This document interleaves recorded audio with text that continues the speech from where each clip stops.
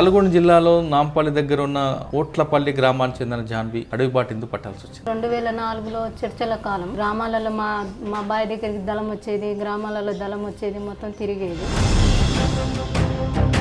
వాళ్ళు కాదు, మీరెందుకు ఒక ఆడపిల్లగా మీరు ముందుకు అడిగేశారు? న్యాయం లేదు ఇక్కడ కూడా.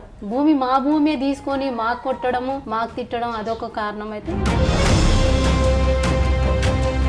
నల్లమలకి వెళ్ళిన తర్వాత ఆయుధ పట్టుకోవడం కానీ, సాయుధ పోరాటం చేయడం, ట్రైనింగ్ ఇవ్వడం, రాజకీయ క్లాసులు ఏ విధంగా ఉంటుంది? ఆయుధాలు కూడా వాళ్ళ ప్రవర్తన బట్టి, వాళ్ళు ఉండే తీరు బట్టి.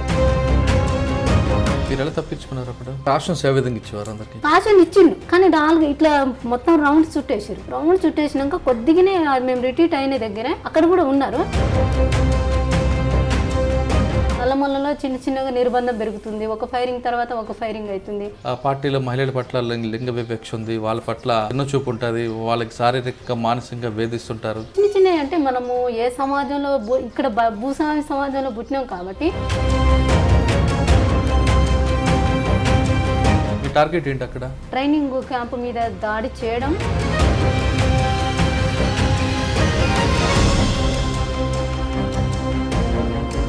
మణిమల ఆ సంఘటనలో గ్రేహౌండ్స్ పోలీసులు అక్కడికి వచ్చారని మీకు ఎలా తెలిసింది? ఏ విధంగా ప్లాన్ చేసుకున్నారు? చిన్న చిన్న దాడులు చేయడం, ఇన్ఫార్మర్లు చంపడము, అట్లా చేసిన చిన్న చిన్న పోరాటాలు చేయడం. వాళ్ళు మీరు ఫైర్ చేయడం, వాళ్ళు ఫైర్ చేయడం, బోట్ తిరగబడిపోవడం. పెద్ద సమస్య ఏం జరగలేదు అక్కడ. వీళ్ళు ఫస్ట్ అసాల్ట్ వాళ్ళు ఫైరింగ్ చేసిరు. దాంట్లో ఉన్న వాళ్ళు కొంతమంది ఫైరింగ్ చేసిరు, నీళ్ళలో దూకి అటువైపు పోయిరు.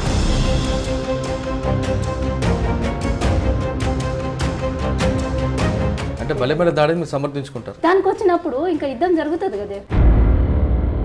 పార్టీ అడవికే పరిమితమైంది, మైదాన ప్రాంతాలు కనుమరుగైంది అంటారు, వాస్తవం కాదు? అడవిలో ఉన్నది కానీ ఇటువంటి సంఘటనలు చేయడం వల్ల ఆదివాసీ గ్రామాల్లో అభివృద్ధి ఆగిపోతుంది, దాని ప్రధాన కారణం మావోయిస్టు పార్టీ అని ప్రభుత్వం అంటారు. అంటే సడన్ గా లేనిది ఎప్పుడు లేనిది ఇప్పుడు ఎందుకు వచ్చింది అభివృద్ధి? ఇప్పుడు గవర్నమెంట్ కు ఎట్లా మేల్క తట్టింది అసలు? ఏఓబిలో మావోయిస్టు పార్టీకి ప్రజల మద్దతు ఉందా, తగ్గిందా?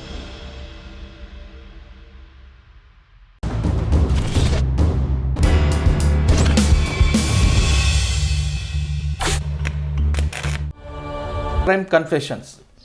తెలుసో తెలియకో, లేదా అప్పట్లో గ్రామంలో ఉన్న పరిస్థితుల మీద ప్రభావం, లేదా తుపాకీ పట్టుకోవాలనే ఒక సరదాతోనో కొంతమంది యువకులు అడవి బాట పట్టారు.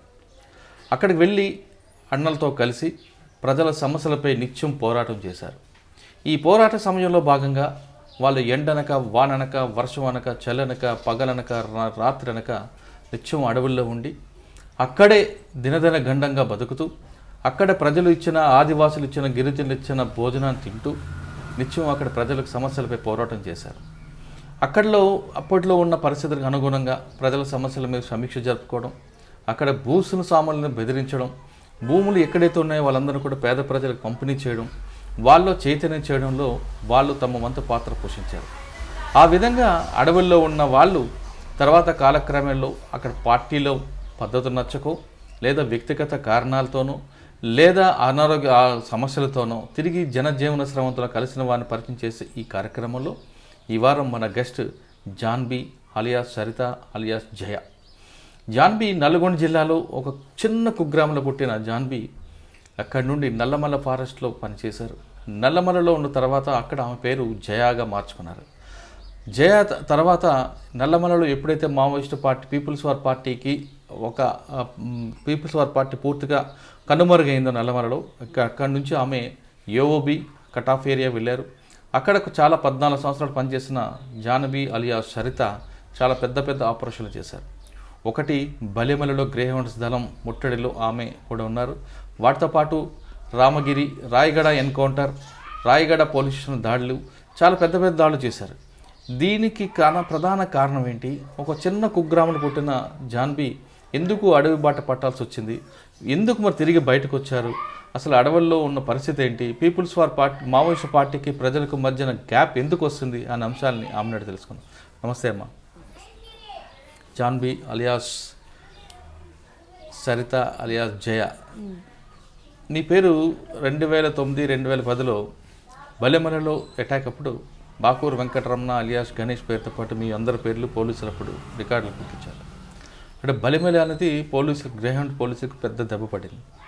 అసలు ఆపరేషన్కి మీకు ముందు సమాచారాలకు వచ్చింది, అది అప్పటికప్పుడు అనుకొని చేశారా, లేదు ప్లాన్డ్గా వెళ్ళి చేశారా? అంటే పోలీసులు గ్రేహౌండ్స్ పోలీసులు నీటిలో వస్తున్నారు కాబట్టి మీకు పైన కొండ మీద ఉన్నారు, మీకు అప్పర్ హ్యాండ్ వల్ల దొరికిందా? వాటితో పాటు కట్ ఆఫ్ ఏరియాలో మీరు చేసిన పనులు, ఈ ప్రశ్నకు సమాధానం చెప్పే ముందు నల్గొండ జిల్లాలో నాంపల్లి దగ్గర ఉన్న ఓట్లపల్లి గ్రామానికి చెందిన జాన్వి అసలు అడవి బాట ఎందుకు పట్టాల్సి వచ్చింది? గడిబాట అంటే అప్పుడు 2004లో చర్చల కాలం. అప్పుడు గ్రామాలలో మా బావి దగ్గరికి దళం వచ్చేది, గ్రామాలలో దళం వచ్చేది, మొత్తం తిరిగేది. అట్లా పాటలతోని ఆకర్షితురాలై అట్లా పోవడం జరిగింది. ఇంకోటి ఏంటంటే మేము చిన్నప్పుడు మా భూమి సమస్య ఒకటి ఉండే, అంటే ఈ గ్రామంలో అన్నలు వచ్చేవారు అప్పుడు ఓట్లపల్లి వచ్చేటోళ్ళు మా బావి దగ్గరికి కూడా వచ్చారు. మా నాయనకు కూడా కలిసేటోళ్ళు, మేము కూడా పోయేటోళ్ళం. చిన్నప్పుడు మేము కూడా చూసాం. మా ఊళ్ళో కూడా చాలా విపరీతంగా వచ్చేటోళ్ళం. 2004లో చర్చల కాలంలో బహిరంగనే ఊర్లలోకి వచ్చి ఆటపాటలు పాడి అట్లా చేసి పార్టీ చేసిన ఆకర్షితులని దానికి నేను పోయినా. ఇంకొక కారణం ఏంటంటే మా భూమి వేరే వాళ్ళు, మా పాలెల వాళ్ళు గుంజుకొని మా నాన్నమ్మ వాళ్ళకు మా నాయనకు వాళ్ళకు చిన్నప్పుడు బాగా కొట్టడం, ఇది కూడా ఒక కారణమై ఉద్యమంలో వెళ్ళిపోవడం. అంటే మీ నాన్నగారితో మీకు పాలేరుతో సమస్య వచ్చినప్పుడు మీ నాన్నగారు ఉన్నారు, మీ అన్నదమ్ములు ఉన్నారు కదా, వాళ్ళు కాదు మీరెందుకు ఒక ఆడపిల్లగా మీరు ముందుకు అడుగు చేశారు? అంటే ఇక న్యాయం లేదు ఇక్కడ కూడా. మా భూమి తీసుకొని మాకు కొట్టడము, మాకు తిట్టడం అదొక కారణం అయితే, ఇంకా ఆటపాటలకు కూడా బాగా ఆకర్షితురాలై ఈ రెండు కూడా పనిచేసి నా దాంట్లో నేను పోవడం అంటే జరిగింది. ఎవరు మీకు అప్పుడు బాధ్యత వహించారు? తిరుమలగిరి కుర్మయ్య కమాండర్గా ఉన్నారు. అప్పుడు కుర్మయ్యతోని పోయినా. ఎంతకాలం ఉన్నారు? ఎక్కడికక్కడ తిరిగారు? అక్కడ సీదా కృష్ణపాటి ఏరియా ఉన్న. అప్పుడు అక్కడ నుంచి సాకేత్కి ప్రొటెక్షన్ వెళ్ళిపోయింది. సాకేత్కి నల్లమల్లలో అప్పుడు చర్చల కాలంలో ప్రొటెక్షన్కి వెళ్ళిపోయింది. ఆ టీం ఆ సాకేత్ దగ్గరే 2 సంవత్సరాలు 3 సంవత్సరాలు పని చేయడం జరిగింది. నల్లమల్లికి వెళ్ళిన తర్వాత మీకు ఆయుధ పట్టుకోవడం కానీ, సాయుధ పోరాటం చేయడం, ట్రైనింగ్ ఇవ్వడం, రాజకీయ క్లాసులు ఏ విధంగా ఉంటుంది? అంటే కొత్తలో ఏం చేస్తారంటే ఫస్ట్ క్లాసులు అంటే ట్రైనింగ్ ఇస్తారు. ట్రైనింగ్ ఇచ్చినాక మళ్ళీ ఏం చేస్తారంటే ఆయుధాలు కూడా వాళ్ళ ప్రవర్తన బట్టి, వాళ్ళు ఉండే తీరు బట్టి, ప్రజల పట్ల వాళ్ళు ఎవరించే శైలిని బట్టి, వాళ్ళు నేర్చుకునే ఉద్యమం పట్ల నేర్చుకొని ప్రజలకు మళ్ళీ రేపు నాయకత్వం వహిస్తారా అని ఇవన్నీ కూడా పార్టీ నాయకత్వం అయితే పరిశీలించి నాకైతే 6 నెలలకే తుపాకీ ఇచ్చడం అని జరిగింది. 6 నెలలకే తుపాకీ ఇచ్చడం, సభ్యత్వం కూడా ఇచ్చడం జరిగింది. అక్కడ నుంచి సాకేత్కే నేను గార్డుగా ఆర్కేకే ప్రొటెక్షన్ టీంలో పిఎస్లో ఉన్నాం. ఎప్పుడు మాధవ్ రామకృష్ణ కాడ ప్రొటెక్షన్ టీమ్గా ఉన్నాం. అక్కడ నుంచి బూర్గొండలో ఫైరింగ్ జరిగింది. 2005లో ఏమో బూర్గొండలో ఫైరింగ్ జరిగింది. అక్కడ కూడా చాకచక్క తప్పించుకొని అందరం కూడా ఎస్కేప్ అయిపోవడం జరిగింది. అక్కడ నుంచి సాకేతు ఇక్కడ నుంచి నల్లమల నుంచి బదిలీ అయ్యిండ్రు వాళ్ళు. బదిలీ అయినాక అప్పుడు మాధవ్ వచ్చిండు. మాధవ్ వచ్చినాక మాధవ్ నాయకత్వంలో కూడా ఆయనకు కూడా ప్రొటెక్షన్ టీమ్గా పిఎస్లో ఉండడం జరిగింది కంటిన్యూ. అక్కడ ఫైరింగ్ సంఖ్యల గుండాలో ఫైరింగ్ అయింది, పెద్ద ఫైరింగ్, 9 మంది చనిపోవడం జరిగింది. దాంట్లో కూడా నేను ఆ ఫైరింగ్లో కూడా మాధవ్ తప్పించుకున్నాను. మాధవ్ చనిపోయింది. 9 మంది చనిపోయారు అక్కడ. అంటే మాధవ్ జరిగిన సంఘటన ఒకసారి చెప్పండి, ఎలా జరిగింది? అదేమైందంటే ఎప్పుడో నుంచి ఒక 3 రోజుల క్రితం నుంచే బలగాలు ఎంటర్ కావడము అట్లా జరిగింది. మాకు తెలియదు. మేము సామాన్లు మోయడం, మీటింగ్లు చేసుకోవడము, ఇంకా వేరే జిల్లాల వాళ్ళకు సమన్వయం చేసుకోవడము, మేము ఏపిట్లో పోవడం, టీములుగా పోవడం ఇట్లా జరిగింది. కానీ ఎప్పుడో వచ్చి వాళ్ళు మాట కాసుకుని ఉన్నారు. సాయంత్రం కూడా ఏమైందంటే అక్కడ పెట్రోలింగ్ పోతున్నాం మేము టీం, దాంట్లో నేను కూడా ఉన్నాను. పెట్రోలింగ్ పోతుంటే మనిషి లెక్క కనిపించింది. జీవన్ అనేట ఆయన, ఒక ముసలి ఆయన, మెదక్ ఆయన కమాండర్గా ఉన్నాడు. అప్పుడు మనిషి లెక్క కనిపించి వాళ్ళు పోలీసులు అనేసి సాయంత్రం మాకు డౌట్ వస్తే కూడా కాదు చెట్టు అది ఇది అనేసి కొద్ది చర్చ జరిగి అట్లా పడుకున్నాం. పొద్దున్న మేము పెట్రోలింగ్ పోయినాము, పెట్రోలింగ్ చేసి వచ్చినాము. పెట్రోలింగ్ అంటే ఎన్ని కిలోమీటర్లు తిరుగుతారు? ఇప్పుడు దగ్గర అయితే చాలా మా ఊరు అంత దూరం నుంచి తిరిగినాం. పోయి వచ్చినాక కరెక్ట్ 9:10కి ఫైరింగ్ స్టార్ట్ అయింది. ఒక 10కి ఫైరింగ్ స్టార్ట్ అయింది, కథం ఒక పావు గంటలే ముగిసిపోయింది అది. రిట్రీట్ మా ఎమ్మటే రిట్రీట్ అయిండు మాధవ్. అక్కడి నుంచి ఒక టీం వచ్చి కొట్టేసింది. దాంట్లో నేను కూడా ఉన్నాను, ఒక ఎస్కేప్ అయినాము. మీరు ఎలా తప్పించుకున్నారు అప్పుడు? అట్లా అంటే ఫైరింగ్ చేసుకుంటే మేము కూడా తప్పించుకున్నాం. అంటే ఎలా కాషన్స్ ఏ విధంగా ఇచ్చేవారు అందరికి? కాషన్ ఇచ్చిండు, కానీ 4 ఇట్లా మొత్తం రౌండ్ చుట్టేసారు. రౌండ్ చుట్టేసినాక కొద్దిగానే మేము రిట్రీట్ అయిన దగ్గర అక్కడ కూడా ఉన్నారు. ఈ మాధవ్కి మేము కూడా ఇటు పోవద్దు, ఇటు మా దగ్గర రమ్మని చెప్పినాం. అటు పోతుండమే కొట్టేసింది ఆ టీము. కొద్దిగా మాకు ఒక దారి లాంటివి ఉండే, దాంట్లో నుంచి మేము వచ్చేసాం. అంటే ఎక్స్చేంజ్ ఆఫ్ ఫైర్లు జరుగుతున్నప్పుడు మీరు ఏ విధంగా మీ వాళ్ళందరికీ ఇండికేషన్ ఇచ్చుకుంటూ పారిపోతుంటారు? పారిపోవడం అంటే కాషన్ ఇచ్చిర్రు, కాషన్ అడ్వాన్స్ అని చెప్పిండ్రు.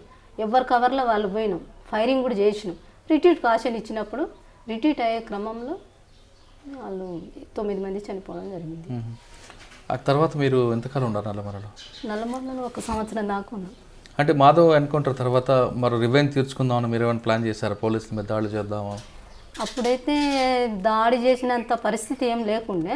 కాకపోతే అక్కడ ప్రకాశం జిల్లాలో ఒక డివిజన్ కమిటీ ఉండే, ఆయన ప్రతాప్ అనేట ఆయన ఇప్పుడు సరెండర్ అయ్యి అరెస్ట్ అయ్యి ఇంటికి పోయి ఉన్నాడు. వాళ్ళ చెల్లెల పేరు పద్మ, ఆయన ఉన్నాడు. ఇంకా పెద్ద దాడులు చేసినంత శక్తి లేకుండే అప్పుడు. ఇంకా ఇప్పుడు ఇక్కడ నుంచి బలగాలకు ఏఓబీకి ఎట్లా పంపాలి, ఉన్న వాళ్ళకి ఎట్లా కాపాడుకోవాలన్నట్టుగా కమిటీ నిర్ణయం తీసుకుంది. అప్పుడు అందులో భాగంగా మీరు వేరు నేను సీదా ఏఓబీకి వెళ్ళాను. ఇప్పుడు నల్లమల్ల నుంచి ఏఓబీకి వెళ్ళకముందు మీకు ఇప్పుడు సమస్య ఉంది మీ ఊర్లో, భూ సమస్య. దానికోసం కూడా మీరు పార్టీలతో పాటు భూ సమస్యలు ఉంది, మీకు అన్యాయం జరుగుతుందని మీరు పార్టీలు వెళ్ళారు. మరి మీ నాన్నగారు ఆ సమస్య పరిష్కారం చేశారా? అది చెప్పినాము, కమాండర్కి చెప్పినాము, పార్టీకి చెప్పినాము. అంటే మనం వ్యక్తిగతంగా అక్కడ పార్టీలో పరిష్కరించుకునేది ఏముండదు, వ్యక్తిగతంగా కక్షలు తీర్చుకునేది కూడా పార్టీలో ఉండదు కదా. మనం చెప్తాం, కమిటీ ముందు చెప్పినాం. కమిటీ ముందు చెప్పినాక వాళ్ళు ఏమన్నారంటే కుర్మే ఇట్లా కమాండర్ ఉన్నారు, అక్కడ డీసీలో చర్చించుకొని ఎడ్జెస్లో చర్చించుకొని ఇక కమాండర్ లోకల్ కమాండర్కి చెప్తే పరిష్కరిద్దామనేసి వాళ్ళు అనుకున్నారు. ఆ టైంలో నష్టాల మీద నష్టాలు, కుర్మే చనిపోవడం జరిగింది.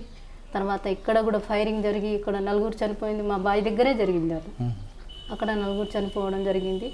అట్లే కొంతమంది రిట్రీట్ అటు ఏఓబీకి రిట్రీట్ చేయడం జరిగింది. అంటే మీరు అడవుల్లోకి వెళ్ళారని తెలిసిన తర్వాత మీ ఎవరైతే ఇబ్బంది పడుతున్నారో వాళ్ళు దారికి వచ్చారా లేదా ఇంకా రాలేదు? ఇంకా రాలేదు, ఇప్పుడు కూడా నడుస్తుంది అది.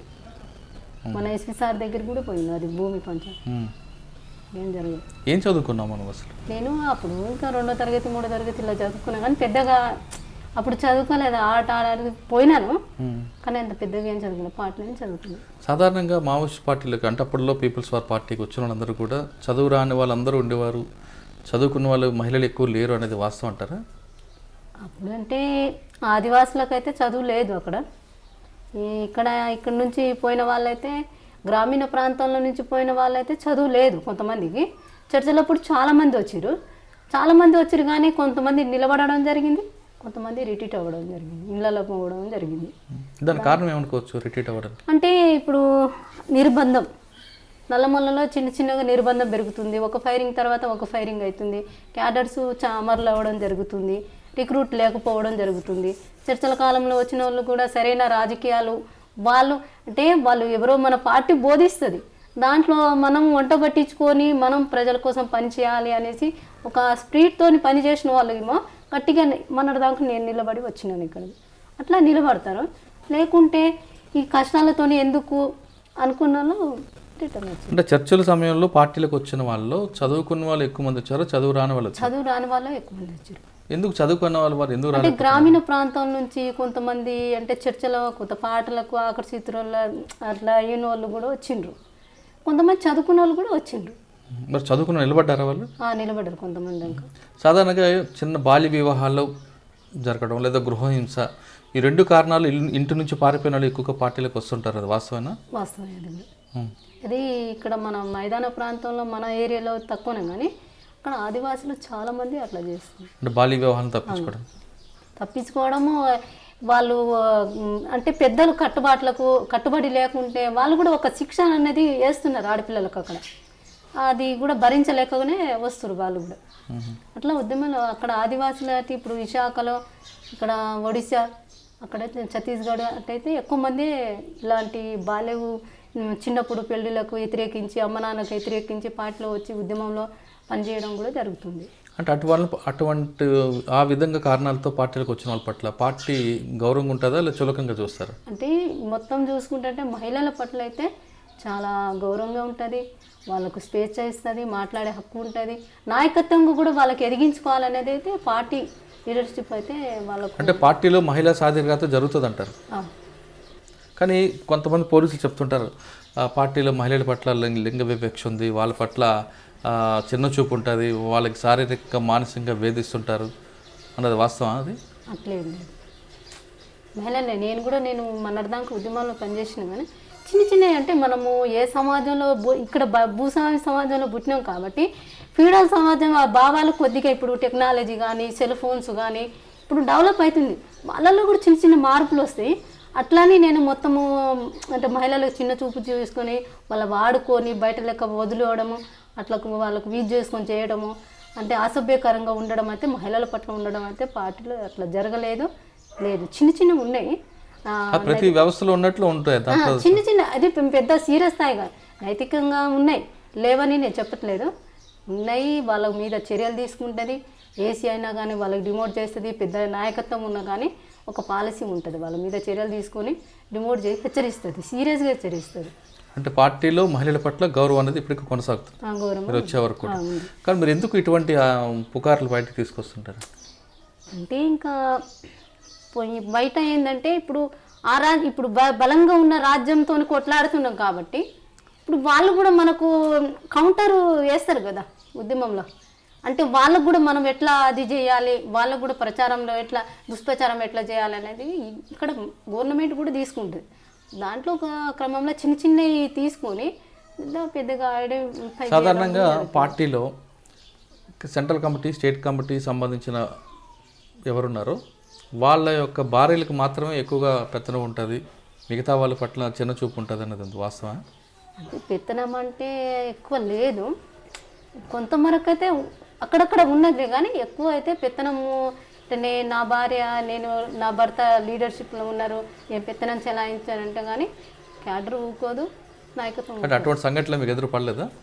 ఇక్కడైతే ఒకటి రెండు గంటలు ఘటనలు లెక్క కనిపించాయి, కానీ పార్టీ చర్యలు తీసుకుంది వాళ్ళ మీద. పార్టీలో మరి చదువుకున్న వారు మహిళలకి పట్ల వాళ్ళు రాజకీయ చైతన్యం కోసం కృషి చేస్తుందని మీరు చెప్తున్నారు. మరి ఆ స్థాయిలో ఉన్న వాళ్ళు కింద స్థాయి నుంచి లోపలికి వచ్చిన తర్వాత సెంట్రల్ కమిటీ వరకు మహిళలు ఎందుకు వెళ్ళలేకపోతున్నారు? అంటే వాళ్ళ దాంట్లో ఉన్న ఇప్పుడు కొంతమంది బలహీనతలు, అనారోగ్య సమస్యలు, చాలా అనారోగ్య సమస్యలు మహిళలకు ఒక స్థాయి దాకా. ఇప్పుడు నేనున్నా, నాకు నెక్స్ట్ నాయకుడు చెప్పలేదు కానీ నెక్స్ట్ ఒక పొజిషన్లో పోతుండే, అదే ఆ టైంలోనే రామగూడ ఫైరింగ్ జరిగింది, దాంట్లో అనారోగ్య సమస్యలు కూడా వచ్చినాయి. దాంట్లో నేను ఆలోచించి ఒక టైంలో ఒక అనారోగ్య సమస్యలు రావడం జరుగుతుంది, ఇంకా చిన్న చిన్న కారణాల వల్ల కూడా వాళ్ళు లోనే కూడా ఆ పై కమిటీకి ఎదగలేకపోతున్నారు అనేది నేను చెప్తాను, నాకు అనిపించింది. సాధారణంగా ప్రతి మహిళకి నెలవారీ కొన్ని ఇబ్బందులు ఉంటుంటాయి. అటువంటి సమయంలో పార్టీలో ఏ విధంగా మీకు ఫుడ్ కానీ లేదంటే మంచి విశ్రాంతి ఇవ్వడం కానీ జరుగుతుంటుందా? అది శ్రాంతి అంటే ఇప్పుడు సమస్య వచ్చినప్పుడు అయితే గుడ్లు ఇస్తారు, పల్లీలు ఇస్తారు, స్పెషల్ ఫుడ్ అయితే మహిళలకు కేటాయించడం జరుగుతుంది. వాళ్ళు చెప్పినా చెప్పకపోయినా నెల కోట వస్తుంది, అట్లా ఇస్తున్నారు. అట్లా ఇవ్వకపోవడం అనేది వాళ్ళ అనారోగ్యం గురైనా కానీ చూయించడం, వాళ్ళకి రెస్ట్ చూయించడం, అట్లా ఈ రెస్ట్ ఇవ్వడము. లేకుంటే ఇప్పుడు బాధ్యత ఒక దగ్గరికి పోయి వాళ్ళు పని చేయాలి, వాళ్ళు మీటింగ్లు చేయాలి, అక్కడ ఆర్గనైజర్గా వాళ్ళు పని వెళ్ళాలన్నా కూడా అక్కడ ఆపుకొని వాళ్ళ హెల్త్ బాగాలేకుంటే వేరే వాళ్ళకన్నా పంపిస్తుంది. ఆ విధంగా మహిళల పట్ల బాగానే ఉంది, సమాజంలో ఏ విధంగా ఉందో ఆ విధంగానే జాగ్రత్తలు తీసుకుంటారు పార్టీ. తర్వాత ఇప్పుడు మీరు ఏఓపీకి వచ్చారు, నల్లమల నుంచి ఏఓపీకి ఏ విధంగా వెళ్ళారు? అంటే బస్సులో అంటే ట్రైన్లో వెళ్ళాము. ఎక్కడ నుంచి? ఇక్కడ నుంచి అంటే సీదా అక్కడ నుంచి రాయచూరుకి వెళ్ళాం, రాయచూరు నుంచి గుంతకల్లు వాటి నుంచి వెళ్ళాము. ఎక్కడికి వెళ్ళి? శ్రీకాకుళం. శ్రీకాకుళం వెళ్ళాం. శ్రీకాకుళం ఎందుకు వెళ్ళారు? శ్రీకాకుళం కూడా వెళ్ళే, ఎక్కడ పూరికి వెళ్ళాం, ఒడిశాకి వెళ్ళి ఒడిశా నుంచి పికప్ చేసుకున్నాం అక్కడికి శ్రీకాకుళంకి వెళ్ళి. శ్రీకాకుళం ఎందుకు వచ్చారు? అంటే ఇప్పుడు పార్టీ రిట్రీట్ చేసింది, ఇక్కడ క్యాడర్ ఉన్నా కానీ ఇప్పుడు ఎన్కౌంటర్ చేస్తే నష్టపోతుంది, ఉన్న క్యాడర్కి కాపాడుకోవాలి, అక్కడన్నా ఉద్యమం బలపడి. శ్రీకాకుళం ఎక్కడ బొడ్డపాడు వెళ్ళారా లేదా? బొడ్డపాడే. బొడ్డపాడేనా? బొడ్డపాడే ఏమన్నారు బొట్టపాడులో ఎన్ని రోజులు ఉన్నారు? ఎవరి దగ్గర? బొడ్డపాడులో చాలా రోజులు ఉన్నాను, ఒక సంవత్సరం దాకా ఉన్నాను. ఈ సంవత్సరంలో అక్కడ ఏదో ఫైరింగ్ అయింది అక్కడ కూడా 2007లో 8 దాకా అక్కడనే ఉన్నా. అంటే పల్లెసారది, బొట్టపాడు, పాతూరం అని తిరిగారా? మార్కాపురం మొత్తం తిరిగి, సాలూరు ఆ. మొత్తం తిరిగి. ఆహా. అక్కడ సూపాలు చూసిన తర్వాత మళ్ళీ మీకు మరొకసారి నల్లమల గుర్తుకొచ్చిందా బొట్టపాడులో?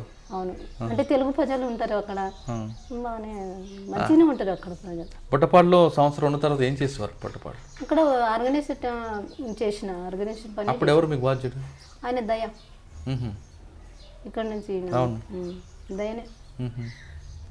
దయ దగ్గర దయనే ప్రభా అంటే పలానా నల్గొండ నుంచి ఇలా క్యాడర్ ఉంది అట్లా ఏం చెప్పారు, అంటే మాకు పంపించండి అని ఆయన ప్రపోజల్ చేసిన దయ దగ్గరికి వెళ్ళాము. బొట్టపాడు తర్వాత ఎక్కడికి వెళ్ళారమ్మా? బొడపాడు నుంచి కోరాపుడు. లేదు బస్సులోనా మళ్ళీ ట్రైన్? లేదు, ఇంకా దళాలతో. బొట్టపాడు నుంచి కోరాపుడు చాలా దూరం కదా. నడుచుకుంటా ఇప్పుడు బొడ్డపాడు ఇది ఆవిరి దళం అది మొత్తం ఏరియా ఉంటుంది కదా, ఇదేదో ఉన్నది నేను మర్చిపోయినాను. అక్కడ నడుచుకుంటే నేను దళాలు తిరుగుతున్నాయి అప్పుడు. కోరాపుట్ వెళ్ళిన తర్వాత మీరు చేసిన పని ఏంటి? కోరాపుట్ పోయినాక నాకు ఏసీలో తీసుకున్నాను. ఫస్ట్ ఏమో కంపెనీలో ఉన్నా నేను, అంటే ఫస్ట్ కంపెనీలో ఉన్నా నేను. కంపెనీ నుంచి హెల్త్ ప్రాబ్లం వల్ల మళ్ళీ కోరాపుట్కు బదిలీ చేశారు. కోరాపుట్లో ఏరియా కమిటీగా పనిచేసిన. కోరాపుట్ వెళ్ళారు, అక్కడ ఒడియా భాష రాదు, భోజనం అది కొంచెం ఇబ్బంది ఉంటుంది, అక్కడ అడవులు కొండలు వేరేగా ఉంటాయి, అవన్నీ అలవాటు పడ్డారా? అలవాటు పడ్డాం. అసలు ఫస్ట్ ఇక్కడ శ్రీకాకుళంలో నాకు తెలియదు, వాళ్ళు పక్కాల చేస్తారు, దాంట్లో గుంగుర ఈ కుర్తి లెక్క చేస్తారు, అట్లా చేసుకొని వాళ్ళ ప్రజలు నాకు కూడా తెలియదు. మాకు అన్నం వండిండ్రు, అంటే బయట నుంచి వచ్చింది కదా అన్నం వండిరు. అన్నం ఎందుకు వండుతారు, వాళ్ళు తినేది తినవచ్చు కదా అన్న. సరే తిను నీ ఇష్టము కానీ అలవాటు పడినాక తింటే బాగుంటుంది అనేసి అన్నారు. దయగిట్ట చెప్పిండు. అలా తెచ్చి అమ్మలు పోసిరు. నాకు కొత్త ఇక్కడి నుంచి పోయినప్పుడు అమ్మలు పోసినప్పుడు అంత తాగినాక కింద పురుగులు కనిపించినాయి. అంటే నేను అప్పుడు చేయలేదు ఏమనలేదు, అంటే ప్రజలు తాగుతున్నారు మనం తాగుతాం దాంట్లో చనిపోతామా, పురుగు తీసేసినాం అమ్మలు తాగేసినాం. అట్లా కూడా అలవాటు పడ్డా. కోరాపుట్లో పోయినాక భాష నేర్చుకున్నా, ఒడియా నేర్చుకున్నా, కువ్వి నేర్చుకున్నా, కోయ నేర్చుకున్నా. 3 భాషలు కూడా పర్ఫెక్ట్. మీటింగ్లో కూడా కోయ కువ్వి ఒడియా మాట్లాడేదాన్ని.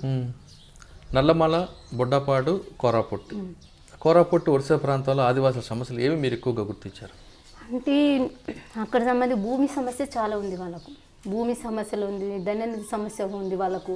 తర్వాత గిట్టుబాటు ధర ఒక సమస్య ఉంది, అంటే పసుపు పండిస్తారు వాళ్ళు, అనేక అంటే సోళ్ళు అవి పండిస్తారు, వాళ్ళకి గిట్టుబాటు ధర లేకపోవడము, అలాగా చాలా సమస్యలు. మెయిన్ అయితే భూమి సమస్య ఉన్నది. ఎక్కడి నుంచో పోయి ఇక్కడి నుంచి బయట నుంచి పోయి అక్కడ పోయి ఏం చేస్తారు, వాళ్ళకు సార పోసి ఉప్పు మిరపకాయలు ఇచ్చి వాళ్ళ కాడ భూములు లాక్కోవడం చాలా అది చేసిరు. కోరాపుట్లో అయితే నారాయణపట్నం భూ పోరాటమే జరిగింది కదా, నాచికలింగ నాయకత్వంలో. అప్పుడు పార్టీ వాళ్ళతో మాట్లాడి వాళ్ళకు కూడా కలుపుకొని పెద్ద ఎత్తున భూ పోరాటం జరిగింది. అక్కడ భూమి సమస్య చాలా ఉంది. కోరాపుట్లో మీరు చేసిన యాక్షన్ పనులు టీమ్స్ ఏమున్నాయండి, యాక్షన్ వర్క్? కోరాపుట్లో అయితే యాక్షన్ అంటే అదే 4వ కంపెనీలో దాంట్లో దాడిలో ఉన్నాను. ఇంకొక ఆ దాడి గురించి చెప్పండి సార్.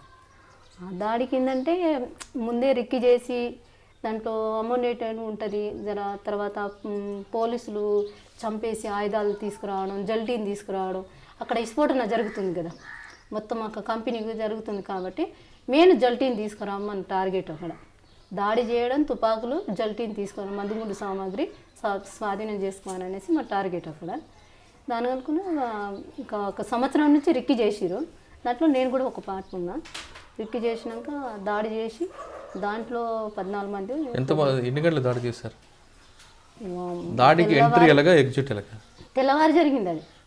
తెల్లవారుజామున అప్పుడు రిట్రీట్ అయ్యిండు బలగాలు, లోపల ఇరికిపోయినాయి మా బలగాలు ఇరికిపోయి అట్లా తెల్లవారు చేసి వాళ్ళు 14 మంది చనిపోయారు.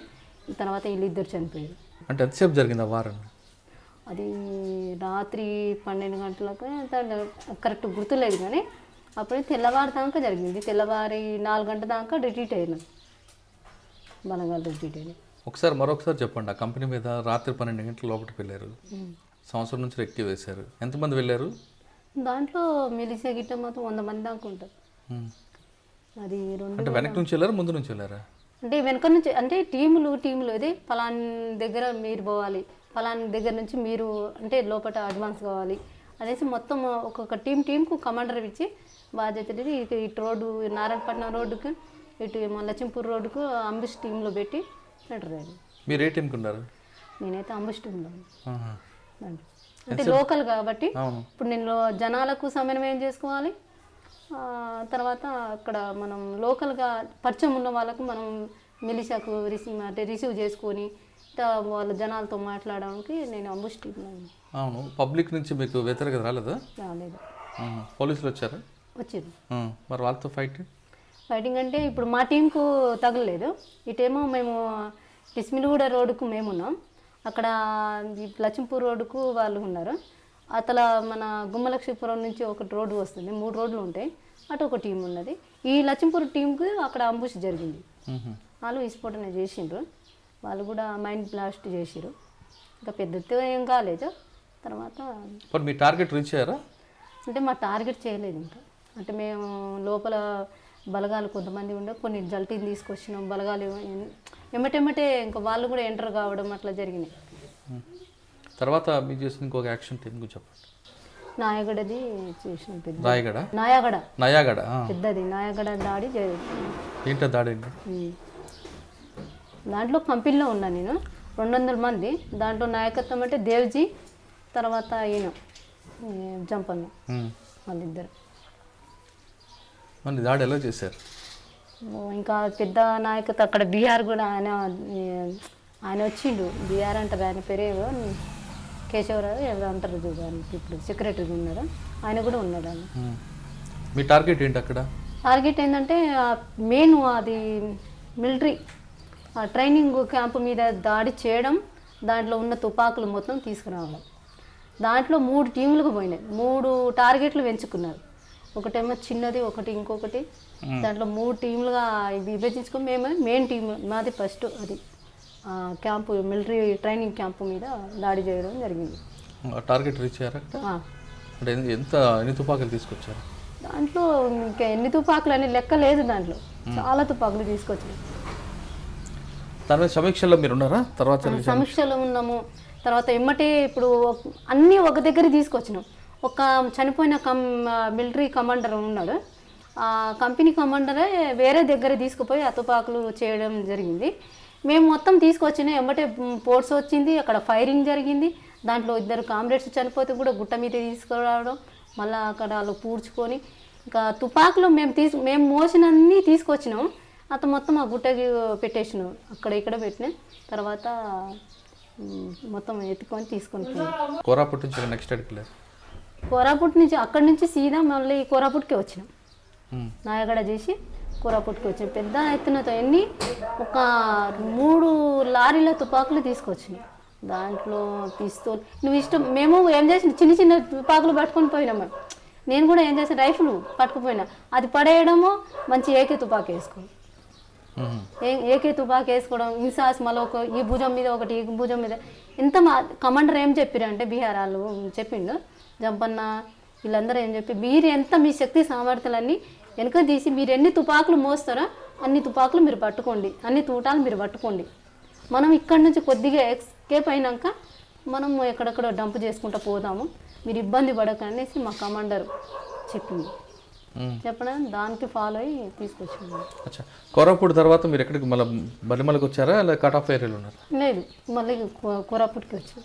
తర్వాత ఎంతకాలం ఉన్నారు కోరాపుట్లో? కోరాపుట్లో 2012-13 దాకా ఉన్నా. 2013లో మళ్ళీ కట్ ఆఫ్ ఏరియాలో ఉన్నా. బలిమల ఎప్పుడు దాంట్లో? బలిమేలలో ఏమో కంపెనీలో ఉన్నప్పుడు, కంపెనీలో ఫస్ట్ 2008లో కంపెనీలో ఉన్నప్పుడు బలిమేలలో దాడి చేయడం జరిగింది. నేను కంపెనీలో ఒక సభ్యురాలు, ఫస్ట్ కంపెనీ ఒకటి ఉండే. అంటే బలిమేల ఆ సంఘటనలో గ్రేహౌండ్స్ పోలీసులు అక్కడికి వచ్చారని మీకు ఎలా తెలిసింది? ఏ విధంగా ప్లాన్ చేసుకున్నారు? అక్కడైతే లోకల్లో మేము కంపెనీ తిరిగేటోళ్ళం. మేము ఈస్ట్ కూడా తిరిగినా, నేను కంపెనీలో ఉన్నప్పుడు ఈస్ట్లో మొత్తం తిరిగిన. చిన్న దాడులు చేయడం, ఇన్ఫార్మర్లు చంపడము, అట్లా చేసిన చిన్న పోరాటాలు చేయడం, అంటే తునికా పోరాటం. తర్వాత ఈ రేట్లకు సంబంధించి ఆ లోకల్ వాళ్ళతో కలిసి కంపెనీ కూడా కార్యక్రమాలు, అంటే గ్రామీణ స్థలంలో పోయి ఆ ప్రజల సమస్యలు తెలుసుకోవాలి అనేసి పార్టీ కూడా ఒక తీర్మానం చేసింది. కంపెనీ కూడా ఉత్పత్తిలో పాల్గొనాలనేసి అప్పుడు ఎడ్జెర్సీ ఎక్కడో ఓవి ఎడ్జెర్సీ ఒక తీర్మానం చేయడం జరిగింది. అట్లా పోవడం జరిగింది. అట్లా పోలీసు వాళ్ళు రావడం, బలిమేలకు రావడం. అంటే మీరు బలిమల రిజర్వాయర్ దాటిన తర్వాత మీరు ఉన్నట్టున్నారు పార్టీకి, అప్పుడు కంపెనీ చిత్రకొండ అవతల కదా మీరు ఉన్నారు, జాన్బాయ్ ఆ ప్రాంతంలో. వీళ్ళు వీటి వచ్చారనే విషయం మీకు ఎలా తెలిసింది? అంటే వస్తున్నారు పోతున్నారు పోలీసు వాళ్ళు వస్తుండ్రు పోతుంటే మా ఇక్కడ లోకల్ ఉన్న వాళ్ళ ప్రసాద్కి వీళ్ళకి తెలిసిపోయింది. ఇక్కడ మేము కూడా కంపెనీ అందుబాటులో ఉన్నది. ఇంకా ఎట్లయితే వీళ్ళు దొరుకుతారో అనేసి బూస్పుట్ మీద దాడి చేయడం, దాంట్లో నేను కూడా ఉన్నాను. బూస్పుట్ సంత మీద దాడి చేసి ఇక్కడ కూర్చున్న వాళ్ళు ఇక్కడ కూర్చున్నారు, దాడి చేసి వచ్చినాం మేము. దీంట్లో మళ్ళీ పార్ట్ అయినాం. అప్పుడు తెల్లవారే వాళ్ళు పోలీసు వాళ్ళు వచ్చి అక్కడి నుంచి వాళ్ళు కూమింగ్ చేసుకొని లాంచ్ ఎక్కి వస్తుంటే పోయినప్పుడు వట్టి లాంచ్ పోయింది. వాళ్ళకి తీసుకురావడం కూమింగ్కి వచ్చిన పోలీసు వాళ్ళకు తీసుకురావడం వట్టి లాంచ్ పోతుంటే మేము చూసినాం. మేము దాడి కూడా చేసినాం, బూస్పుట్ సంత మీద దాడి చేసినాం, వచ్చి మళ్ళీ అంబుష్లో పార్ట్ అయినాం. దాంట్లో లాంచ్ పోతుంటే చూసినాం, మా పక్క నుంచి వెళ్ళింది.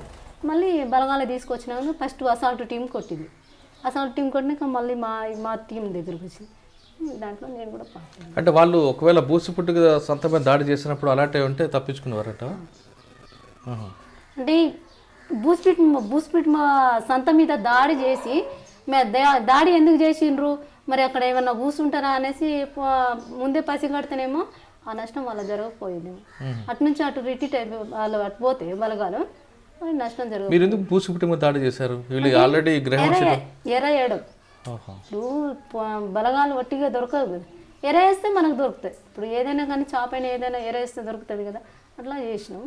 అట్లాగా వాళ్ళు నిర్లక్ష్యంగా వచ్చిర్రు, అప్పుడు ఆ దాడి జరుగుతుంది. అంటే బూసిపుట్టు సంత మీద దాడి చేస్తున్నప్పుడు ఒకవేళ అక్కడే వాళ్ళు ఉండి పెట్టి బలిమేల జరిగి ఉంటుంది కదా? కాదు, అట్లా వాళ్ళు ఎటు నుంచి వచ్చిర్రు బలగాలు, అటు నుంచి మళ్ళీ ఇట్లా కాలినరకన పోతేనేమో ఈ నష్టం జరగకపోయేది. వాళ్ళు మళ్ళీ ఇట్లా ఈజీగా ఇట్లా అంటే బోటు మీద వచ్చి దాటి చిత్రకొండ పోదామనేసి అనుకున్నారు. అట్లా జరిగింది. అంటే చిత్రకొండ నుంచి బోటు వస్తుందన్న విషయం మీకు ముందే తెలుసా? తెలుసు. ఏమగా టికెట్ ఉన్నాయి కదా, మాధవ్ గిట్ట చనిపోయిన వాళ్ళు లోకల్ వాళ్ళు ఉన్నారు, తెలుసు మాకు. అంటే పోలీసుల ద్వారా అప్పుడు ఆ సమాచారం లీక్ అయిందనే వార్త వాస్తవం అంటారా? అది వాస్తవం కాదు, ప్రజల నుంచి వచ్చింది. ప్రజలు పోలీసు వాళ్ళు ఎక్కడ ఇప్పుడు ఏడైనా కానీ పార్టీలో పోలీసు వాళ్ళు వస్తే సరిపోతుంది, ఎక్కడి నుంచి ఒక్కరన్నా తీసుకొస్తారు సమాచారం. ఇది పలానా వాళ్ళు సాగరిస్తారు పోలీసు వాళ్ళకనే ప్రజలు తీసుకొస్తారు. అట్లా పోలీసుల నుంచి అట్లా ఏం లేదు. బలిమేల దాడిలో మీతో పాటు ఎంతమంది ఉన్నారండి? దాంట్లో 50 మంది అనుకున్నాం. అంటే 2 కొండల నుంచి 3 కొండలు. ఒకవైపు మీరు ఏ కొండ మీద ఉన్నారు చూసారు? ఫస్ట్ ఏమో మేము కమాండర్ ఉన్న దగ్గర ఉన్నాము. ఇక్కడ ఏమో ఒక టీం ఉన్నాం. దీంట్లో 7 ఏమో ఫస్ట్ అసాల్ట్ ఉంది, ఒక టీం ఏమో అవతల కొండ అవతల ఉన్నది, ఒక టీం ఇవతల ఉన్నది. అలా 3 టీంలు ఉన్నాయి. 3 చిన్న చిన్న టీంలు ఉన్నాయి, 4 టీంలు కూడా ఉన్నాయి. బలిమేలలో 3 కొండల మీద 3 టీంలు ఉన్నాయి కదా, వాళ్ళు బోట్లో వస్తున్నారు. ఫస్ట్ ఒక టీం అటాక్ చేసింది. మీరు ఏ టీంలో ఉన్నారు? 2 టీంలు ఉన్నారా? నేను కమాండర్ ఉన్న టీం దగ్గర ఉన్నాను. కానీ వాళ్ళు మీరు ఫైర్ చేయడం, వాళ్ళు ఫైర్ చేయడం, బోట్ తిరగబడిపోవడం పెద్ద సమస్య ఏం జరగలేదు అక్కడ. వీళ్ళు ఫస్ట్ అసాల్ట్ వాళ్ళు ఫైరింగ్ చేసిరు, అటు పోయింది. అటు నుంచి వాళ్ళు ఫైరింగ్ స్టార్ట్ చేసిరు, అటు నుంచి మధ్యలో సుడి తిరిగింది, మునిగిపోయింది. 1 నిమిషంలో జరిగింది అది. కానీ దాంట్లో ఉన్న వాళ్ళు కొంతమంది ఫైరింగ్ చేసిరు, దూకి నీళ్ళలో దూకి అటువైపు పోయిరు, చిత్రకొండ వైపు డామ్ వైపు పోయిరు. కొంతమంది ఏమో ఇటువైపు వచ్చిరు. ఒక ఆయన వరంగల్ అయినా చాలామంది 2-3 దొరికిండ్రు, తీసుకొచ్చి ఒక ఆయనేమో దాంట్లోనే మళ్ళీ దూకి చనిపోయిండు. ఒక ఒడిశా పోలీసులు 2 దొరికితే ట్రీట్మెంట్ చేసి మళ్ళీ పంపించడం జరిగింది. కానీ పట్టుకొని ప్రాణాలతో ఉన్న పట్టుకొని కొట్టి చంపారనేది వార్త వచ్చింది. వాస్తవం కొట్టలేదు, ఆయనకు పట్టుకున్నారు. నేను కూడా పోయి చూసిన, నేను ఈతల పక్క ఉన్న వాళ్ళు కూడా పోయి, అప్పుడు దాడి జరిగింది, హెలికాప్టర్స్ తిరుగుతున్నాయి, పోయి మాట్లాడుతారు. ఇప్పుడు కృష్ణ సరెండర్ అయిన కృష్ణ ఉన్నాడు, ఆయన పోయి మాట్లాడుతుంటే మేము కొట్టి చంపుతాము. వాళ్ళు పక్కకి వెళ్ళి కమాండర్ గిట్ట ఈయనకు ఉంచాలా వదిలిపెడదామా అని డిస్కషన్ జరుగుతుంది. ఇలా మధ్యలో చర్చ జరుగుతుంటే విన్నాడు, ఎట్లయినా చంపేస్తారో ఏమో అనేసి తనే మళ్ళీ దూకి చనిపోయింది. అదైతే రియల్, నేను చూసిన, నేను దగ్గర ఉండి కూడా చూసిన. కిట్టుతోనే ఉన్నాడు, కిట్టు కూడా తీసేసినాం. అట్లా ఆయన చనిపోవడం జరిగింది. ఇంకా 2 దొరికిండ్రు కదా, వాళ్ళు పట్టుకొని ట్రీట్మెంట్, ఏమైనా దెబ్బలు తగిలితే ట్రీట్మెంట్ చేసి 2 రోజులు మా దగ్గర ఉంచి వదిలిపెట్టడం జరిగింది. కానీ అది యుద్ధ నీతిలో భాగం కాదు, యుద్ధ నీతి మావోయిస్టు పార్టీ ఉల్లంఘించింది అనేది పోలీసుల వాదన. ఎందుకంటే సాయంత్రం టైంలో వాళ్ళందరూ వస్తున్న టైంలో మీరు ఒకేసారి వాళ్ళ మీద విరుచుకుపడ్డం అనేది కరెక్ట్ కాదు. అంటే ఇప్పుడు ఆత్మరక్షణ కోసం ఇప్పుడు బలగాలు ఇప్పుడు ఇళ్ళ మీద దాడికి వచ్చిన బలగాలు యుద్ధనీతి కనిపించదేం కదా. ఇప్పుడు ఆత్మరక్షణ కోసం వీళ్ళు కూడా దాడి చేయాలి కదా. అట్లా దాడి చేసి అంటే బలమైన దాడిని మీరు సమర్థించుకుంటారు. దాంట్లో ఇంకంటే యుద్ధానికి వచ్చినప్పుడు ఇంకా యుద్ధం జరుగుతుంది కదా 2 వర్గాల మధ్య, దాంట్లో జరిగింది అది. అంటే బలిమెల జరిగిన తర్వాత దాదాపు 15 రోజులు పోలీసులు అక్కడే కోంబింగ్ చేశారు. ఆ 15 రోజులు మీరు ఎక్కడున్నారు? పక్కనే ఉన్నాం. పోలీసులు చూసారా? అంటే వాళ్ళు చూస్తే ఊరుకుంటారా? అంటే పక్కనే ఉన్నాం. వాళ్ళ కంట్లో పడకుండా మళ్ళీ ఇక్కడ గునుగురాయి అంటే విశాఖ అటువైపు వచ్చినాం. పక్కనే ఉన్నాం, పెద్ద దూరం ఏం లేదు. అంటే ఈ బలిమెల దాడి తర్వాత పోలీసులు ఖచ్చితంగా మీ మీద యాక్షన్ చేస్తారనే విషయం కనిపెట్టి ఉంటారు. దాన్ని తప్పించుకోవడానికి ఏం చేస్తారు? అంటే తప్పించుకోండి అంటే ఇప్పుడు దెబ్బతిన్న వాళ్ళు మళ్ళీ రిటర్న్ దెబ్బ కొట్టడానికి అయితే చూస్తారు కదా ఎవరైనా కానీ. ఇప్పుడు మావోయిస్టులు అయినా కానీ, ఇప్పుడు పోలీసు వాళ్ళు గవర్నమెంట్ వాళ్ళైనా కానీ, ఇప్పుడు దెబ్బతిన్న వాళ్ళు మళ్ళీ రిటర్న్ కొట్టడానికి చూస్తారు. అలాగా వీళ్ళ ఆత్మరక్షణలో కూడా వీళ్ళు మరింత జాగ్రత్తలు తీసుకొని, పార్టీ కూడా తీసుకొని మళ్ళీ దూరం ఉండడం కానీ, జాగ్రత్తలు తీసుకోవడం కానీ, ప్రజలతోని అంటే సమాచారం రోజు తీసుకోవడం కానీ అట్లా చేసిరు. ఎంతకాలం ఉన్నారు మీరు బలిమెల ప్రాంతంలో? ఒక 20 రోజులు దాకా ఉన్నాం. తర్వాత మళ్ళీ వేరే పోయినాం. ఇంకా మీరు చేసిన ఇంకా యాక్షన్స్ ఏమన్నా గుర్తున్నవి? అంటే యాక్షన్ అంటే పెద్ద అంటే గునుకురాయి అంబుష్లో ఒకరు చనిపోయారు. దాంట్లో కూడా నేనే పార్ట్ ఉన్నా. ఇంకా చిన్న ఫైరింగ్స్లో అయితే చాలా ఫైరింగ్లు జరిగినాయి. మళ్ళీ రీసెంట్లో నేను వచ్చేటప్పుడు కూడా అక్కడ పానిపోదర్ ఫైరింగ్ జరిగింది. తర్వాత కుంతిరిపోదర్ దగ్గర నైట్ ఫైరింగ్ జరిగింది. టిగ్రపాడ ఫైరింగ్ జరిగింది. అక్కడ కోరాపుట్లో చూసుకుంటే మంగళపురం దగ్గర 2 సార్లు ఫైరింగ్. ఎలా తప్పించుకున్నాం మనం? అంటే పరిగెట్టడం కాదు, ఫైరింగ్తోనే తప్పించుకున్నాను. అందరితో పాటు నేను కూడా తప్పించుకున్నాను. నేను దళంగా ఉన్నప్పుడు కోరాపుట్లో నేను దళ కమాండర్ అయ్యి నేను ఒక దళం తిప్పిదాన్ని. దాంట్లో అది అమ్లిబేడ దగ్గర సామర దగ్గర ఒక ఫైరింగ్ జరిగింది. దాంట్లో లవ్మాడ దగ్గర కూడా నా మీద కూడా దాడి జరిగింది. దాంట్లో చాకచక్యంగా తప్పించుకున్నాం. మీరు జాన్బాయ్ అటెండ్ వచ్చారు ఎప్పుడైనా? వచ్చినాం కానీ దాడి పటేల్ సుధాకర్ రెడ్డి గారు సోపం కట్టినప్పుడు మీరు ఎక్కడున్నారు? అప్పుడైతే ఇక్కడ కోరాపుట్లో ఉన్నాను. అప్పుడు కోరాపుట్లో. మీరు పార్టీలో ఉన్న టైంలో సాధారణంగా పార్టీలో బయట నుంచి వచ్చిన వ్యక్తులు కానీ లోపల ఉన్న వ్యక్తులు కానీ ఒకరికొకరు ప్రేమించుకొని పార్టీ అనుమతితో పెళ్లి చేసుకుంటారు. మరి మీ కార్యక్రమం అంటే మీరు ఎవరిని వివాహం చేసుకోలేదు? ఆయన చనిపోయింది. ఎలాగా? రామ్ కూడా ఫైరింగ్లో చనిపోయింది. అయ్యో, ఎలాగా? మీరు అక్కడ ఉన్నారు అప్పుడు? మీరు ఎస్కేప్ అయ్యారు, ఆయన చనిపోయారా? ఏం పేరు ఆయన పేరు? కిరణ్. పూర్తి పేరు? ఇంకా వాళ్ళ ఇంకా అడగమ్మ కిరణ్ అని పార్టీలో కిరణ్. అంటే మీరు కళ్ళ ముందు జరిగిందా? అవును. రామ్ కూడా ఫైరింగ్లో నేను కూడా పార్టీ ఉన్నాను. దాంట్లో తప్పించుకున్న నైటు అక్కడే ఉన్నాను. వాళ్ళు శవాలు తీసుకుపోయినప్పుడు కూడా ఇద్దరం వేరే పక్క పోయినాం. మేము ఒక మిలిసా కామ్రేడు నేను పోయినాం. అక్కడ 31 మంది చనిపోవడం జరిగింది.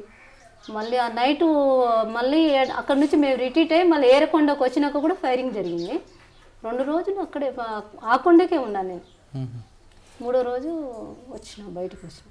అంటే సహచరుడు కోల్పోయిన తర్వాత పార్టీలు ఉండాలనిపించిందా లేదా బయట అక్కడే ఉండి పోరాటం చేయాలి? ఏం లేదు, 1 సంవత్సరం దాకా అట్లా ఉండడం జరిగింది. ఇక మన అసలు విషయానికి వస్తే పార్టీలో మీరు ఎక్కువ కాలం ఉన్నారు, దాదాపు 14-16 సంవత్సరాలు ఉన్నారు. పార్టీ ఆ ఏరియాలో దండకార్యంలో ఎక్కువ ఆదివాసీల పోరాటం కోసం ఎక్కువ పోరాటం చేస్తుంది దాదాపు 40 సంవత్సరాల నుంచి. మరి ఆదివాసీలు చేస్తున్నప్పుడు ఆదివాసీ పోరాట సమితి అని పేరు ఎందుకు పెట్టకూడదు? ఆదివాసీ పోరాట సమితి అంటే అక్కడ ఇప్పుడు కటాప్లో ఉన్నది బిచ్చనాల్చి ఏరియా కమిటీ అని పెట్టారు. ఎందుకంటే బిచ్చనాల్చి అంటే ఏం లేను ప్రజలు అక్కడ ఏం ఒక ప్రభుత్వ సంబంధించింది సంస్కరణలు కానీ వాళ్ళ ప్రభుత్వ అభివృద్ధి కానీ దైనందిన సమస్యలు కానీ విద్యా వైద్యం కానీ ఏం లేవు. కోరాపుట్లో ఏం లేవు.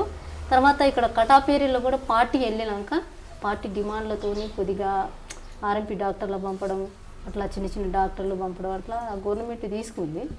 అట్లా అంటే వాళ్ళు ఆదివాసీ పోరాట సమితి అని పేరు ఎందుకు పెట్టుకోకూడదు అంటున్నా. అంటే ఆదివాసీ పోరాట సమితి అనేది దాంట్లో ప్రతి ఒక్క ఇప్పుడు నేను పోతే నేను ఒక నా కులానికి ఒక పోరాటం, వేరే దానికి ఒక పోరాటం అట్లా ఉండదు దాంట్లో. అంటే కులాలు సంబంధించిన లేదు దాంట్లో. ముఖ్యం సమస్య మొత్తం సమస్య ఏంటిది అనేసి పరిశీలించి దాంట్లో చాసిమూల్య కమిటీ అని పెట్టిరు ఒకటి. అక్కడ ఆదివాసులతో కలిపి అంటే బిచ్చనాళ్ళు చాసిమూల్య కమిటీ అని పెట్టిరు. ఎందుకంటే వ్యవసాయం మీద ఆధారపడుతున్నారు కాబట్టి అక్కడ ఒక కమిటీ పెట్టడం జరిగింది. ఇప్పుడు ఆదివాసీ కమిటీ పెట్టడము కానీ పోరాట సమితి అని పెట్టడం కానీ అట్లా జరగదు. ఎందుకంటే ఇప్పుడు నేను మైనార్టీ పోరాట అది సంబంధించి పెట్టరు కదా, వ్యక్తిగతంగా పెట్టరు. పూర్తి సమస్య తీసుకొని దానికి విశ్లేషించి పై కమిటీ గుట్ట కూర్చొని దాంట్లో ఒక నిర్ణయం తీసుకొని ఏదైతే ముఖ్యంగా ఉన్నదో అక్కడ సమస్య దాని మీద తీసుకుంటారు. ఇప్పుడు మీరు ఉన్న కంపెనీలో కానీ మీరు పనిచేస్తున్న దళకంత ఇంట్లో కానీ మహిళలలో రాజకీయ చైతన్యం తీసుకురావడానికి కానీ లేదా ఆదివాసీ మహిళల్లో రాజకీయ చైతన్యం తీసుకురావడానికి మీరు ఏ విధంగా కృషి చేశారు? చాలా కృషి చేసి చాలామంది రిక్రూట్ చేసి కటాపేరిలో ఈ ఎన్కౌంటర్ జరగకముందు రామగూడ ఎన్కౌంటర్ జరగకపోతే ఒక లెవెల్గా ఉండేది ఉద్యమం అక్కడ. చాలామంది ఇప్పుడు నేను అంటే ఒక టార్గెట్ పెట్టుకున్నారు అందరు కూడా. అంటే ఒక్కొక్క ఏరియాలకు ఒక 6 నెలల్లో ఒక 10 మంది కన్నా అట్లా రిక్రూట్ చేయాలనేసి పై కమిటీ తీర్మానం ఇచ్చింది. అట్లా తీసుకున్నాం, ఒక స్పీడ్గా తీసుకున్నాం. రామగూడ ఫైరింగ్ అయినాక చాలామంది ఇట్లా చనిపోవడం జరిగింది అక్కడి నుంచి. అయినా కానీ ప్రజలైతే ఇంకా బాగానే ఉన్నారు అప్పటికి కూడా. ఇంకా నేను హెల్త్ ప్రాబ్లం వచ్చినాక చిన్నగా అక్కడ అంటే పార్టీ అడవికే పరిమితమైంది, మైదాన ప్రాంతాలు కనుమరుగైంది అంటారు, వాస్తవం కాదా? అక్కడ మైదాన ప్రాంతం కదా మొత్తం. అక్కడ కోరాపుట్లో అడవిలో ఉన్నది కానీ ఇప్పుడు దగ్గర ఇప్పుడు ముచ్చంపూడి దాకా తిరిగేటోళ్ళు. అదే అడవి ప్రజలకు మద్దతు ఉందా మైదాన ప్రాంతాలు? ఉంది, మద్దతు ఉంది. మరి ఎందుకు క్రమేపీ తగ్గిపోతుంది ప్రాబల్యం? అంటే కొన్ని అంటే నిర్బంధం సమస్య, మెయిన్ నిర్బంధం.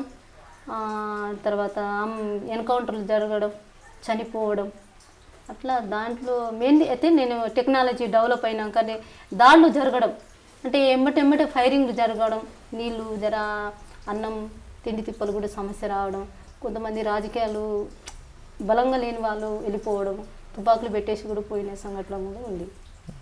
అంటే ఆదివాసీ అభివృద్ధికి మావోయిస్టు పార్టీ అడ్డుకుంటుందని ప్రభుత్వం వాదిస్తుంది, మీరేమంటారు? అట్లయితే ఏం లేదు, పార్టీ అయితే ఎక్కడ అభివృద్ధికి అడ్డుకున్నది ఏం లేదు. అంటే రోడ్లు వేసిన అడ్డుకుంటారు, లైట్లు పెట్టిన అడ్డుకుంటారు, అంటే ఇప్పుడు వాళ్ళకి మౌలిక సదుపాయాలు కల్పించాలన్న పార్టీ అడ్డుకుంటుంది, వాళ్ళ కాంట్రాక్టులు బెదిరించడం, ఇటువంటి సంఘటనలు చేయడం వల్ల ఆదివాసీ గ్రామాల్లో అభివృద్ధి ఆగిపోతుంది. దాని ప్రధాన కారణం మావోయిస్టు పార్టీ అని ప్రభుత్వం అంటారు. అంటే అభివృద్ధి అంటే ఇన్ని రోజులు లేనిది ఇప్పుడు ఎందుకు సడన్ పార్టీ వచ్చినాక అభివృద్ధి పెరిగింది? ఇప్పుడు పార్టీలో చర్చ నేననేది కాదు, అక్కడ పై కమిటీ నుంచి పార్టీ చెప్పింది. అంటే సడన్గా లేనిది ఎప్పుడు లేనిది ఇప్పుడు ఎందుకు వచ్చింది అభివృద్ధి, ఇప్పుడు గవర్నమెంట్కు ఎట్లా మేల్క తట్టింది అసలు అనేది వాళ్ళు చెప్పడము. రోడ్లు ఎందుకంటే పార్టీకి ఇక్కడ తరిమేసి ఇక్కడ ఉన్న ఓనర్లు తీసుకుపోవడానికి ఏమనేది ఒక సిద్ధాంతం కూడా ఉంది పార్టీ. అందుకు వ్యతిరేకించేవారా? దానికి వ్యతిరేకించారు. మీరు మీతో పాటు ఇంకొక సెంట్రల్ కమిటీకి సంబంధించిన కానీ ఒక మహిళ, ఆవిడ వేధింపుల నుండే పార్టీలో చాలామంది బయటకు వస్తున్నారనేది ఒక వార్త ఉంది, దాన్ని మీరేమంటారు? అంటే మహిళలు ఏదింపులు అంటే చిన్న ఇప్పుడు తప్పులు జరుగుతుంది. ఇప్పుడు కమాండర్ ఒక ఏరియా కమిటీలో ఒక నిర్ణయం తీసుకుంటారు, దానికి కట్టుబడి మనము పనులు చేసుకొని రావాలి. మన స్వయంగా నిర్ణయాలు తీసుకొని అంటే అక్కడ పరిస్థితి బట్టి తీసుకోవాలి, మనం తీసుకోవద్దు అంటున్నాం. ఇలా ఈ రోడ్డు మీద పోవాలి, ఇదే రోడ్డు మీద పోయి మళ్ళీ కార్యక్రమాలు చేసుకురావాలంటే దాంట్లో పరిస్థితులు మారుతాయి. మారినప్పుడు మనం కూడా మన ఆలోచనలు కూడా మార్చుకొని మనం చాకచక్యంలో మన పనులు చేసుకురావాలి. అట్లా చిన్న తప్పులు జరిగినప్పుడు అయితే కొద్దిగా గట్టిగా చెప్పడం కూడా ఉన్నది, లేదని ఉన్నాయంటారు. అంటే పెద్దగా లేవు, కొద్దిగా అయితే ఉన్నాయి. ఎవరా మహిళ? మహిళ అనేది నాకు అక్కడ వ్యక్తుల ద్వారా నాకు ఏం సమస్య ఎదురు కాలేదు. అందరూ చనిపోయారు ఇప్పుడు వాళ్ళు లేరు. చిన్న సమస్యలు మహిళలతో వచ్చింది, కానీ వ్యక్తుల వారీగా ఇంకా చెప్పుకోలేము. చిన్న సమస్యలు అయితే ఉన్నాయి. ఏఓబిలో మావోయిస్టు పార్టీకి ప్రజల మద్దతు ఉందా, తగ్గిందా, పెరుగుతుందా? నేను వచ్చినప్పటికైతే చాలా మద్దతు ఉండేది. నేను వచ్చినాక అయితే చూస్తే పరిస్థితులు చాలా మారిపోయినాయి. క్యాంపులు పెట్టి నేను తిరిగే ఏరియాలో మొత్తం కటాప్ ఏరియాలో మొత్తం క్యాంపులే పెట్టేసారు. Police camp. గురాసెట్టు పెట్టిండ్రు, అది అమరవీరుల స్తూపం కట్టినారు, భవనం కట్టినారు. అక్కడ కూడా అది దర్లబేడలో ఒక క్యాంపు పెట్టిరు, జంతురిలో ఒక క్యాంపు పెట్టిరు. తర్వాత ఇక్కడ కోడిగుందులో ఒక క్యాంపు పెట్టిండ్రు. సో విపరీత క్యాంపులు పెట్టిరు. బూస్పూట్లో పెట్టిరు క్యాంపు. అంటే ప్రజల కోసం లోపలికి వెళ్ళారు మీరు. అనారోగ్య సమస్యలని ఇంకా వేరే సమస్యల నుంచి బయటకు వచ్చారు? నాకైతే మెయిన్ అయితే అనారోగ్య సమస్య వచ్చినాక సాకేతు నేను ఇంటికి వెళ్ళి అంటే నేను ఈ పార్టీలో పోయిన కాడి నుంచి మా అమ్మ రిలేషన్ అంటే మా అమ్మ వాళ్ళతో కాంటాక్ట్ లేదు అసలు నాకు, కొద్ది కూడా లేదు. నేను పార్టీలో పోయినా కానీ చూస్తానంటున్నా కానీ పార్టీ కల్పిస్తాను అనేది కానీ ఎప్పుడు కూడా నేను మా అమ్మ వాళ్ళకి చూడాలనేది ఏం లేదు. ఎప్పుడన్నా వీలుంటే పిలవండి లోపల చూస్తాననేసి ప్రపోజల్ పెట్టినా నేను. అట్లా రామగూడ ఫైరింగ్ జరిగినాక పార్టీ రిలేషన్తోనే ఫోన్ నెంబరు తీసుకురావడం జరిగింది. ఫోన్ చేసి మా తమ్ముతో మాట్లాడితే మా అమ్మ వాళ్ళందరూ ఏడ్చిన. కానీ అప్పటికీ హెల్త్ బాగాలేదు నాకు. ఇంకా సాకేత్కు నేను వెళ్ళిపోతానని ఇంటికి వెళ్ళిపోతానని చెప్పిన. సాకేతు నేను ఎప్పుడు చెప్పినా ఏ నెలలో చెప్పిన 3 నెలలు ఆపిరు నాకు, 3-4 నెలలు ఆపిరు. నువ్వు నిర్ణయం అట్లా ఆలోచించడం మంచి పద్ధతి కాదు, నీకు సమస్యలు పెద్ద ఏం లేదు, అనారోగ్యం చూపిస్తాం అనేసి అన్నారు. కాదు నేను పోతాననేసి ఇంకా నేను హెల్త్ ప్రాబ్లం బాగా అంటే వర్గ ప్రేమకు ఎక్కువగా ప్రాధాన్యత ఇచ్చే మావోయిస్ట్ పార్టీలో మరి వ్యక్తిగత ప్రేమకి హెల్త్ సహకరిస్తలేదు. జ్వరం రావడం, ఇంకా గ్యాస్, ఆరోగ్య సమస్య కాకుండా మీరు కన్నతల్లి తమ్ముడు మీద ఎక్కువగా ప్రేమ చూపించారు. అట్లా అని ప్రేమ అని కాదు, అప్పుడు మాట్లాడిన అదే టైంలో అన్నీ జరిగినాయి. నేను ఇంటికి పోతానని చెప్పిన టైం అదే, వాళ్ళు కూడా మాట్లాడిపించింది అప్పుడు ఆ టైంలో జరిగినాయి. ఏదో ఇంటికి వాళ్ళు మా అమ్మ వాళ్ళు మాట్లాడేదో ఏడ్చిరు అనేదో నేను రాలేదు. అట్లా ఆ టైంలో జరిగినాయి అన్నీ. అంటే పార్టీ అనుమతి ఇచ్చిందా మీరు వెళ్ళిపోతానంటే? నేను వెళ్ళిపోతా అంటే 3 నెలలు టైం పెట్టింది. 3 నెలలు సాకైతే డైరెక్ట్ మాట్లాడిండు, ఉదయం మాట్లాడి వాళ్ళతోనే ఉండేదాన్ని నేను ఎక్కువ. నేను అక్కడ యోబిలో ఉన్నదంటే సాకేతు ఉదయ్ దయతోనే ఉన్నదాన్ని, వాళ్ళతోనే ఎక్కువ నాయకత్వంతో ఉన్నాను. ఏమన్నారు 3 నెలల తర్వాత? 3 నెలలు టైం పెట్టిరు, ఆలోచించుకొని నిర్ణయం తీసుకో, ఆలోచించే పద్ధతి మంచిది కాదు, ప్రజలకు ఇంకా ద్రోహం చేసినట్టయితే కదా అని చెప్పిరు కానీ నేను ఇంకా దాంట్లో అయితే నేను మార్చుకోలేదు. పోతానని చెప్తే పంపించారు. నేనైతే దొంగతనంగా పారిపోరాలే, పార్టీ పంపిస్తేనే నేను పోతా, పంపకుంటే ఎన్ని రోజులని ఉంటానని చెప్పిన. పార్టీ పంపిస్తేనే వచ్చినాను. ఎక్కడ సార్ ఎంటర్ అయ్యారు? నాకు నల్గొండలే సార్. ఎవరి దగ్గర? దంగనాథ్ ఎస్పీ సార్ దగ్గర. అదే ఎస్పీ గారితో గతంలో ఫైట్ అయింది కదా మీరు, ఒక ఎక్స్చేంజ్ ఆఫ్ ఫైర్ తప్పించుకున్నారు మీరు నల్లమలలో. అవును. ఏమన్నారు అప్పుడు సార్? సార్ ఇంకా మాట్లాడి ఇంట్రగేషన్ చేసారు, దాంట్లో కూడా చెప్పిన. వచ్చిన తర్వాత మీకు రావాల్సిందన్నీ వచ్చాయి. అయితే ఇప్పుడు అయితే రివార్డు ఇచ్చారు, 4 ఎకరాల ల్యాండ్ ఇచ్చారు, అది పట్ట గిట్ట ఏం ఇవ్వలేదు, ఇంకా మిగతా ఏం రాలేదు. మీ సమస్యను పరిష్కారం ఏందా? సమస్య అంటే ఇప్పుడు ఇచ్చిన చెప్పిండ్రు కానీ ఇవ్వలేదు. ఏమన్నారు ఎస్పీ గారు? ఇస్తామని చెప్పారు. మీ పాత భూమి అది ఏమో మాట్లాడిండు, మళ్ళా కోర్టుకు 60 రోజుల టైం ఇచ్చారు, ఆ తర్వాత చేస్తామని చెప్పారు. ఇప్పుడు బయటకు వచ్చారు, ఇప్పుడు ఆరోగ్యం ఎలాగుంది మీకు? అక్కడ ఉన్న అప్పుడు కంటే ఇప్పుడు కొద్దిగా పర్లేదు. ఏం చేద్దాం అనుకుంటున్నా, మీ లక్ష్యం ఏంటి ఇప్పుడు? ఇప్పుడు లక్ష్యం అయితే అమ్మ నాన్నతోనే ఉంటా, ఫ్యామిలీకి. ఇప్పుడు మీరు వెళ్తున్నప్పుడు పరిస్థితి, గ్రామాల పరిస్థితులు వేరు, ఇప్పుడు గ్రామాల అభివృద్ధి చెందే ప్రభుత్వ పథకాల కింద వరకు వస్తున్నాయి. అప్పుడు ఉన్న పరిస్థితులు ఇప్పుడు లేవు, అది వాస్తవం కదా? ఇంత అభివృద్ధి చెందుతున్న ప్రాంతంలో ఇలాంటి సమస్యలు, చాలా సమస్యలు ఎదురవుతున్నప్పుడు మీలాగా అడవిలోకి వెళ్ళి తుపాకీ పట్టుకోవాలా, లేదు ప్రజాస్వామ్యబద్ధంగా పోరాటం చేయాలి? ఇప్పుడున్న పరిస్థితులు అయితే ఇప్పుడు ఎవరు తుపాకీ పట్టేంత ఆలోచిస్తలేరు. అలాంటి పరిస్థితి ప్రభుత్వం కలిపి కొద్దిగా సమస్యలు ఉన్నాయి, ప్రభుత్వం దాంట్లో అమలు చేసే దాంట్లో కూడా ఉన్నాయి. ఇప్పుడున్న ఏ పని కష్టానికి సిద్ధపడాలి కదా, ఇప్పుడు కష్టానికి సిద్ధపడతలేదు. ఇప్పుడున్న టెక్నాలజీ, ఇప్పుడున్న ఈ సినిమాలు కానీ, తర్వాత ఈ సెల్ ఫోన్స్ కానీ వచ్చే ఎట్లనే ఒక 600 సంపాదించుకున్నా బతుకుదాం, ఆ కొండలలో పోయి మళ్ళీ ఎవరు కావాలి అన్నట్టుగా ఉన్నది.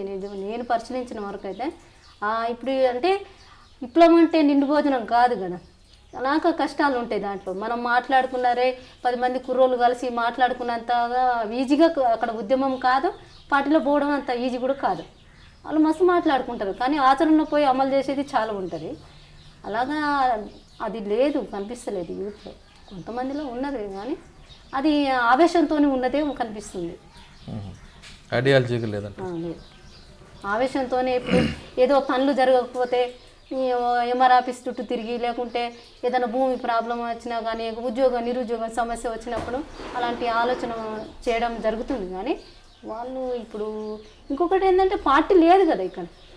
అప్పుడైతే సిద్ధాంతాలు చెప్పేటోళ్ళు, కొద్ది గ్రామాలలో వచ్చేటోళ్ళు, వాళ్ళకు నిరంతరం ప్రజలకు మోటివేట్ చేసేటోళ్ళు, అలాంటి పరిస్థితి లేదు. కాబట్టి ఆలోచించడం అంటే పెద్దగా ఏం కనిపించలేదు నాకు గ్రామాలలో. ప్రతి గ్రామంలో సమస్యలు ఉంటాయి. ఆ గ్రామంలో సమస్యలను పరిష్కరించడానికి పార్టీ వైపే అవసరం లేదు, ప్రజాస్వామ్యబద్ధంగా ఆ సమస్య పరిష్కరించుకోవచ్చు అంటున్నారు జాంబవి అలియాస్ సరిత. ఇది ఈ వారం సరితతో ఎక్స్క్లూజివ్. వచ్చే వారం మరో గెస్ట్తో మళ్ళీ కలుద్దాం. అంతవరకు నమస్కారం. మీరు చూస్తున్నారు ఐ డ్రీమ్ న్యూస్ని. Please subscribe. I dreams For more videos, subscribe I dream. Please subscribe for more videos. I dream. I dream. for more videos. Subscribe, I dream. Please subscribe. Subscribe I dream channel. Do subscribe. I dream. I dream ఛానల్ని subscribe చేయండి. Do watch I Dream.